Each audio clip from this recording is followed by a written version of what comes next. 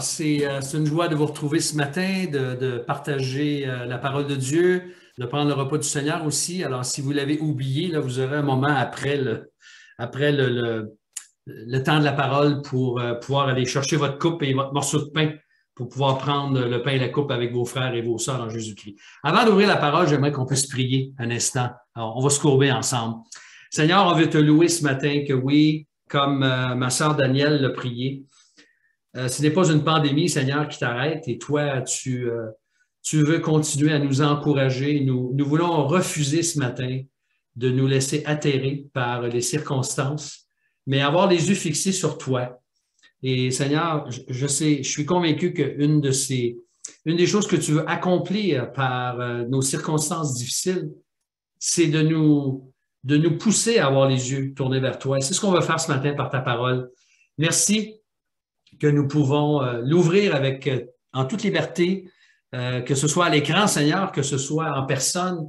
Merci que tu nous permets de pouvoir le faire. Alors, parle-nous, purifie-nous, Seigneur, donne-nous des cœurs attentifs à ce que tu veux maintenant nous dire, nous, par ta parole. Merci pour l'encouragement que ta parole nous apporte, qu'elle est une lampe à nos pieds et une lumière sur nos sentiers. Sois béni, Seigneur, que ta grâce nous accompagne. Au nom de Jésus. Amen. Amen. Alors, vous avez sûrement entendu quelqu'un vous dire, ou même vous-même dire à quelqu'un dans le passé, tu vois, le passé, là, il faut oublier ça, le passé. Il ne faut pas s'inquiéter du lendemain, puisque le lendemain n'est pas encore là. Et qu'en fin de compte, l'important, c'est le présent. On parle du cadeau du présent. Donc, il faut oublier le passé, il ne faut pas s'inquiéter de l'avenir, mais il faut regarder au présent. Quelqu'un a dit que quand le passé te rappelle, ne réponds pas, il n'a rien de nouveau à te dire. C'est pas dans la parole de Dieu, mais c'est vrai. Quand le passé t'appelle, ne réponds pas parce qu'il n'a rien de nouveau à te dire, surtout s'il t'appelle pour te culpabiliser. On sait que trop examiner le passé, je vais employer un gros mot ici, là, nous vautrer dans le passé, ça nous écrase, ça nous culpabilise. Mais le contraire aussi peut être néfaste. Trop réfléchir à l'avenir, on sait ce que ça amène, ça peut nous empêcher d'être réalistes et ça peut nous angoisser, nous faire sombrer dans l'inquiétude morbide. Dans un sens, on sait que c'est vrai tout ça, mais c'est pas totalement vrai parce que pour le chrétien, il y a une exception. Il y a quelque chose dans le passé qui est extrêmement important pour nous et ceci, bien sûr, c'est pour un chrétien qui est réconcilié avec Dieu par Jésus-Christ, un croyant est appelé à fixer sans cesse ses regards sur un événement passé, central dans l'histoire, celui de la croix, celui de son Sauveur, le sacrifice de Jésus-Christ pour lui. Par définition, on sait qu'un chrétien, c'est un individu dont la vie dépend de la vie et de la mort de quelqu'un d'autre il y a 2000 ans. C'est notre identité en Jésus-Christ, bien, elle est dans la mort et la résurrection de Jésus-Christ. Et c'est aussi quelqu'un dont la vision est censée être, à long terme, elle est nourrie par l'espérance de la gloire à venir, par le retour de Christ, qui soupire, un enfant de Dieu qui soupire après son corps transformé et pour les nouveaux cieux et la nouvelle terre. Donc, je suis réconcilié avec Dieu par Jésus-Christ, un événement du passé, et je possède une vision à long terme, à la fois dans le passé, mais dans l'avenir aussi. Et c'est ce que 1 Pierre nous enseigne dans son épître, alors qu'il nous rappelle l'espérance qui est la nôtre. La semaine prochaine, je vais traiter un petit peu plus en détail de l'espérance, mais j'aimerais terminer, ou plutôt pas terminer, mais regarder avec vous comment notre ami, notre frère, l'apôtre Pierre, termine sa lettre avec une promesse pour tous ceux et celles qui sont dans la souffrance. Alors, peut-être que vous n'êtes pas dans la souffrance ce matin, grande souffrance, mais on vit tous ces jours-ci une certaine souffrance, une certaine angoisse, une certaine incertitude. Et voici ce que Pierre nous dit dans la fin de son épître, dans Pierre chapitre 5, versets 10 et 11. Le Dieu de toute grâce, je ne sais pas si tu peux nous le faire apparaître, mon cher Éric, là, si tu me suis, le Dieu de toute grâce qui en Christ vous a appelé à sa gloire éternelle, après que vous aurez souffert un peu de temps, vous formera lui-même, vous affermira, vous fortifiera, vous rendra inébranlable. À lui, la puissance au siècle des siècles. Amen. Alors, c'est toute une promesse, ça, dans ce texte-là. Et j'aimerais regarder avec vous deux vérités qui nourrissent notre espérance en ce début d'année. On est quand même juste le deuxième dimanche de l'année. Et avec ces incertitudes, voyons deux vérités très simples qu'on connaît, mais qui, j'ose espérer, vont vous encourager, vous rafraîchir votre cœur ce matin. La première vérité, c'est qu'il est dit, qui est mentionné dans ce texte, c'est que le Dieu de toute grâce nous a appelés. Au verset 10, dans 1 Pierre, chapitre 5, verset 10. Dieu, par nature, frères et sœurs, est un Dieu de grâce, de faveur non méritée. C'est ce que ça veut dire, la grâce. Qui ne traite pas ses élus selon leur mérite. Il est au contrôle depuis le tout début de l'histoire, même avant, et ceci jusqu'à la consommation de toutes choses. C'est en Christ que nous avons été appelés. On se rappelle la prière de l'apôtre Paul pour les Éphésiens lorsqu'il dit, c'est dans 1 Pierre, pardon, pas dans 1 Pierre, mais dans Éphésiens 1, 18, lorsqu'il dit, afin que Dieu illumine les yeux de votre cœur, afin que vous sachiez quelle est l'espérance qui s'attache à son appel. Éric, tu devrais avoir ça dans le diapo que je t'ai envoyé. Les versets sont là et il devrait être bon pour le... Voilà. Voilà. Alors, afin qu'il illumine les yeux de votre cœur, afin que vous sachiez quelle est l'espérance qui s'attache à son appel, quelle est la glorieuse richesse de son héritage au milieu des saints. Alors, son appel. L'apôtre Paul, dans sa deuxième lettre à Timothée, il exhorte à souffrir avec lui Timothée pour l'Évangile. Et voici ce qu'il lui dit. C'est un peu le même langage. Il dit, c'est lui qui nous a sauvés. Il nous a adressé un saint appel. Un saint appel, non à cause de nos œuvres, mais à cause de son propre dessein, c'est-à-dire de son propre plan et de la grâce, encore une fois, qui réapparaît, qui nous a été donnée en Christ Jésus avant les temps éternels. Frères et sœurs bien-aimés en Jésus-Christ, j'aimerais vous rappeler ce matin que peu importe ce que vous vivez en ce moment, rappelez-vous une vérité importante. Vous avez un Dieu de grâce, de toute grâce, qui vous a appelé, qui nous a appelés dans l'éternité passée afin de partager son éternité future. Seulement cette vérité-là devrait nous rassurer, nous encourager, nous aider à supporter la souffrance et à persévérer jusqu'au bout de la course. Ça, c'est la première vérité. La deuxième, une deuxième vérité, c'est que le Dieu de toute grâce nous a fait une promesse remarquable dans 1 Pierre chapitre 5. Versets 10 à 12. Il dit, le Dieu de toute grâce, qui vous a appelé à sa gloire éternelle, qu'est-ce qu'il va faire, ce Dieu-là? Il vous formera, il vous affirmera, il vous rendra inébranlable. Ça a quasiment l'air irréaliste de penser comme ça. Mais au verset 9, juste avant, l'apôtre Paul, dans Pierre 5 toujours, il avait affirmé que d'autres frères et sœurs souffrent dans le monde comme nous. Ou même, on pourrait dire, dans le fond, beaucoup plus que nous, quand on pense à tous ceux qui payent de leur vie, les familles qui sont privées de leurs proches parce qu'ils sont en prison, qui sont persécutés pour l'Évangile, qui sont obligés ce matin de se cacher dans des forêts, au froid, de façon clandestine, pour chanter calmement, sans se faire remarquer. Pensez à tout ça. Il y a des frères et des sœurs dans le monde qui souffrent. Et bien que ce soit un encouragement qui nous rappelle que nous ne sommes pas seuls à souffrir, peu importe la gravité de nos souffrances à nous. Notre consolation par excellence dans la souffrance, c'est de savoir que ce Dieu de toute grâce est celui qui ne nous abandonnera pas dans nos épreuves, même les plus pénibles. Lorsque nous les comparons à l'éternité, nos souffrances, on sait qu'elles puissent nous paraître très longues, les souffrances qu'on vit en ce moment. Il y a des souffrances qu'on a l'impression dans notre vie qui ne semblent jamais s'arrêter. Si vous avez probablement un problème physique, une souffrance physique, ou peut-être que vous faites partie malheureusement des victimes du délestage en ce moment, et puis qu'une opération, une intervention est retardée, puis est repoussée au calendrier, puis vous vous dites, vous êtes découragé, combien de temps est-ce que je vais encore souffrir dans mon corps?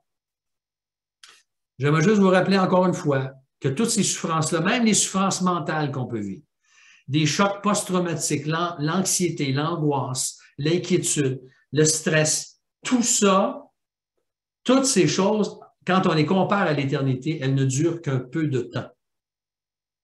Dieu n'a pas commencé une œuvre de salut en nous, en Jésus-Christ, à sa gloire éternelle. Il nous a appelés à sa gloire éternelle en Christ. Mais Dieu ne nous a pas appelés comme ça pour nous laisser tomber par la suite. C'est pas un Dieu comme ça qu'on sert. Dieu n'est pas un être humain faillible qui pourrait nous faire des promesses puis qui n'accomplirait pas les choses qu'il a promises. Au contraire, Dieu s'engage personnellement, selon ce texte, à ne pas laisser son œuvre inachevée dans nos vies. Il a promis de faire une œuvre insurpassable pour chacun de nous. Regardez les verbes qui sont utilisés dans ce texte. Nous fortifier, nous affermir, nous former et nous rendre inébranlables. Moi, je ne suis pas un grand amateur de films de Marvel et des super-héros, mais cette passion que plusieurs, peut-être que vous l'avez, aujourd'hui, il n'y a rien de mal à ça, bien sûr, mais cette passion-là qu'ont plusieurs personnes pour les films et les histoires de super-héros puissants, hein, où les bons gagnent toujours contre les méchants. Maintenant, dans certains films, maintenant, on dirait que les méchants commencent à gagner plus envers les bons. Mais naturellement, on aime que les bons gagnent contre les méchants. Et ces super-héros-là nous rappellent en fait qu'on désire tous, à degrés peut-être divers, on rêve tous de devenir inébranlables, de devenir avoir des super puissances, une super puissance comme celle-là. Si on pouvait donc être inébranlable face au péché dans nos vies, face à toutes les pensées mauvaises, aux convoitises, à l'orgueil, si on pouvait devenir inébranlable devant tous les péchés qui nous enveloppent si facilement, on sait que nous, par nous-mêmes, on est incapable de devenir inébranlable. Mais Dieu, lui, possède tout le nécessaire pour nous affermir.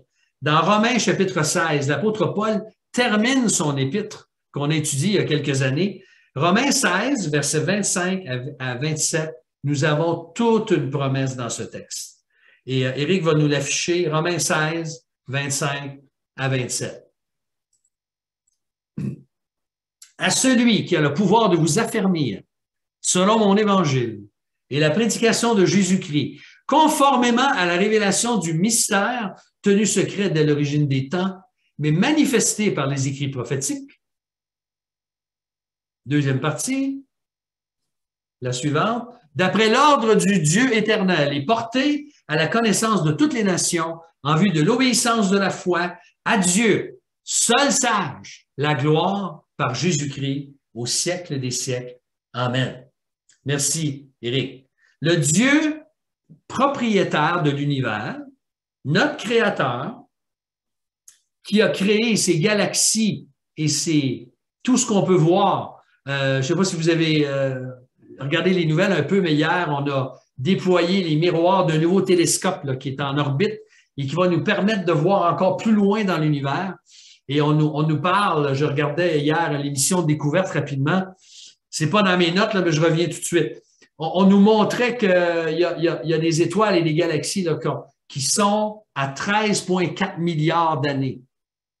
Bon, qu'on croit que Dieu a créé le monde en 7 jours littéraux ou 7 grandes périodes, ça nous montre une chose, en fait, que Dieu est infini. Moi, c'est ça que ça m'enseigne, et que sa création est infinie. Mais ce créateur-là, qui a créé tout l'univers, qui a créé la terre, et qui nous a appelés, nous, personnellement, à venir à lui, en Jésus-Christ, ce Dieu-là va pourvoir à toutes les ressources dont nous avons besoin pour perfectionner et achever son œuvre en nous. N'est-ce pas merveilleux? Alors, 2022, là, 5e vague ou non, Omicron ou non, ça ne change rien au fait que Dieu va continuer son œuvre en nous. Il va la perfectionner et il va l'achever. Et la pleine réalisation de cette promesse, on sait qu'elle va s'accomplir au moment de notre promotion dans la gloire. Mais elle est en voie de se réaliser alors que Dieu est en train, dans notre vie, de nous conduire à ressembler de plus en plus à Jésus-Christ selon son dessein bienveillant. Donc, Pierre termine sa lettre au chapitre 5, verset 12, juste le verset suivant. Il dit ceci, il nous donne le but pour lequel il a écrit cette lettre. Il dit pour vous exhorter et pour témoigner que telle est la quoi? La véritable grâce de Dieu à laquelle vous êtes attachés. Voyez-vous, le Dieu de grâce nous a appelés, le Dieu de grâce nous a fait une promesse, et ces choses-là, Pierre les a écrites pour nous exhorter et pour témoigner de la véritable grâce de Dieu en nous. Alors, ces frères et ces sœurs en Christ qui étaient en exil, qui étaient persécutés, à qui Pierre a écrit, à l'origine, c'est le contexte dans lequel la lettre a été écrite, bien, l'auteur, Pierre, les exhorte à poursuivre la route sur laquelle le Seigneur les conduisait jusqu'à l'arrivée. Il parle de Sylvain dans cette lettre, dont il est question, probablement Silas, un des collaborateurs de l'apôtre Paul, qu'on trouve ailleurs dans le Nouveau Testament.